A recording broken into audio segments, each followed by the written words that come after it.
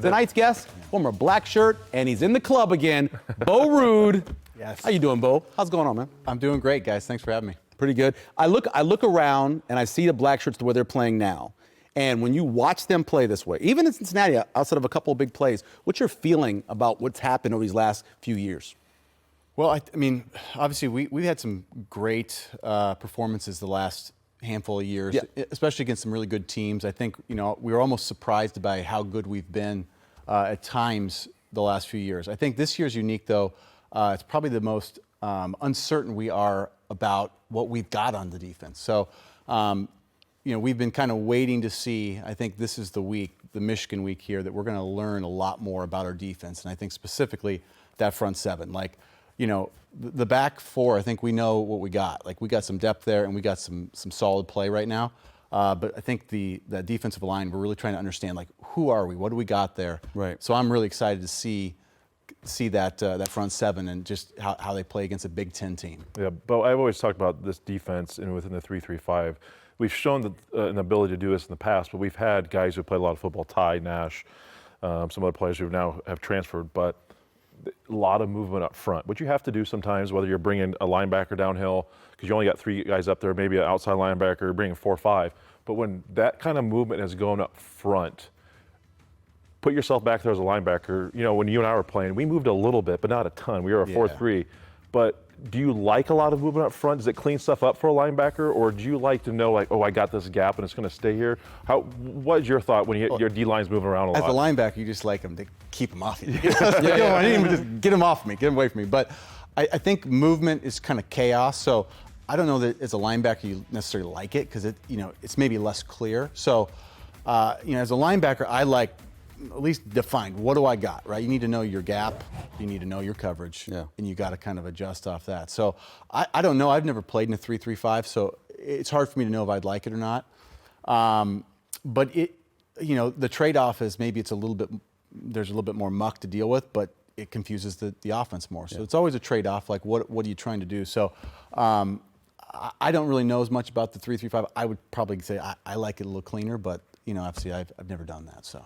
What have you seen just from this scheme? I mean, how different is it from what they were doing at Tony White, or is it pretty much the same, just from your viewpoint? It looks like to me they're doing more 4 down, and I think that makes sense, right? If you don't got a big, Nash or Ty on that nose, or to be able to kind of plug up the middle, it's a little bit harder to just always have 3 down. So I would think they're going to do more 4 down and just let those guys kind of get upfield, rather than try to do as much 2-gapping, just because it's a little bit harder to do that. So. We've talked a lot about the backups getting in when you were a young player. What did it mean for you to get those reps for later in your career when you became a starter? I mean, just confidence building, right? So, there's high school and everybody's good in high school, but you got to see yourself do it one time out there in front of all the people in front of the lights. So it builds some confidence, and this is where we can talk about a lot of things, but our schedule has been really, really good this year. That we got that first win, and we got 2 tune-up games that we just have gotten to, get some depth, get some players out there, feel good, build some confidence. So it's really a remarkable thing to see a schedule kind of play out the way we want to.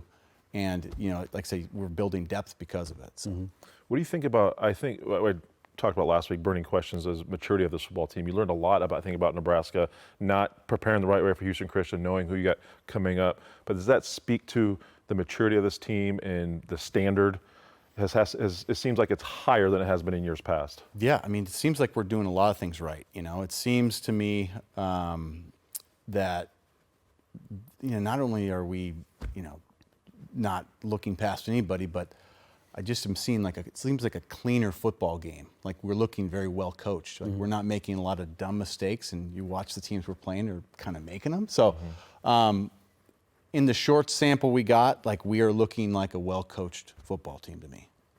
What do you make of the pass defense, just being ranked number 1? Is it a combination of them playing at that level, or is it some of the teams they played just haven't had the ability to get the ball downfield? I think there's no doubt that we have some experience there. To me, it's those guys have, they're not all first-round draft picks, right? These are guys that are, they're really good college players, maybe not pros, or maybe a couple of them could be pros, right? But they've played a lot of football, and they've played a lot of football together, which means to me, like, you just start building that camaraderie. I think I heard a quote from Singleton saying, like, you know, they're not even talking. They're just they just know what the other guy's doing. And that only comes with you just play a lot of reps together. I mean, me and Jay, we did enough of those. Like, Jay knew what I meant to tell him. I usually call them. They would look up. Oh yeah, you know, I got to drop to the hole because there were two outside. Yes, 10,000th time you don't even got to talk about it. Just do it. You know, like you know. So that's sort of I think what happens when like that unit's played a lot of football.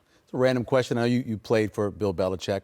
Think about him being a college coach. How surprised were you when he decided to take that job at North Carolina? I mean, I was very surprised. To me, though, it's exciting to see because I still think he's probably the best coach ever. Yeah. And you know, him and Saban are kind of the same mold. They coached together. They came up together. So I think he's talked to Saban obviously so much that there's a part of him that thinks that, you know, this is a new chapter of his life, a new kind of challenge is very, very different. So I'm excited to see what he does. I mean, obviously they kind of had a rough first week, but that's par for the course with any new program. So I wouldn't count out Bill Belichick because, I mean, in my mind, there's everybody and there's him. So. Yep. I want to get to special teams. I think they've been really, really good. Obviously, we haven't punted in the last two games. But I knew this was going to help so much getting Mike Ekeler in there. You and I have some familiarity with him. Yeah. Your brother was on the staff with Bo when he was in here, I think a little bit later on.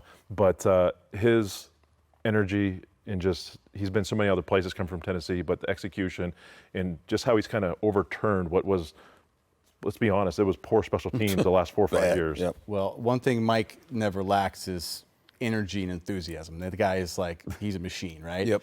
He's actually, what's funny about him, he's my cousin's cousin. So I grew up knowing of him because he was this wild man, special teams demon for K-State. Right. When we were kids, we're like, who, you know, like, he's going to play. He had the purple mohawk. I mean, there's nothing phony about this. This is the guy. Like, he is the guy that should be coaching special teams. He was the guy, right? So, you know, there's only a couple of those guys that are born to do that in each team, and he's one of them. And now you got him as our coach. You know, that energy and that intensity, you need somebody that lives and breathes it, and he's one of those guys. Curious your thoughts on Dylan Raiola. I mean, very few guys have come in with the expectations that he's had to meet, and I mean, you could argue he's lived up to them to this point, and there's a lot of football still ahead of him. Well, yeah, I mean, he's an anomaly how mature he is. It's kind of crazy, right? So, I mean, you know, he obviously there's a lot in his plate. He's handled it. He's handled it very well. You know, he had some rough spots last year, but I mean, to start this year, I in my mind, I'm going, I've never seen a Nebraska quarterback as efficient, as accurate as he is. He's in full command of the offense, completely, like, it seems like he knows exactly what he wants to do with it most of the time. And we're going to be hard to beat if he just keeps just delivering the ball as accurate as he is. It just seems like he's always just taking what the defense gives him, and we're not making mistakes because of it. So to me, I'm loving what Dylan's doing. If he can just kind of keep doing that, just being really efficient, we're going to be hard to beat. He's Zach Taylor if Zach Taylor had a strong arm. Yeah. If he actually had a strong arm. So day after the game, when you're sitting down, do your podcast with Nick Bahe, what's going to be, in your opinion, the big story after this game? Well, and it's funny you say that. Nick, we did a podcast today, and Nick already said that. He goes, is this Dylan's sort of day, right? Is this the game where if Dylan does what we think Dylan can do, the national media hasn't really been talking about Dylan on that level, and he's a little underrated right now, or a little under the radar on the national level. So if Dylan can do what kind of he's been doing so far against Michigan, I think there's nobody in the country that's not going to, you know, click on the TV and go see a college, you know, pundit talking about Dylan Raiola and Nebraska. So this is a moment for Dylan. He's got a real opportunity to kind of show the world that he's ready. Well, we're all looking forward to that. Yeah.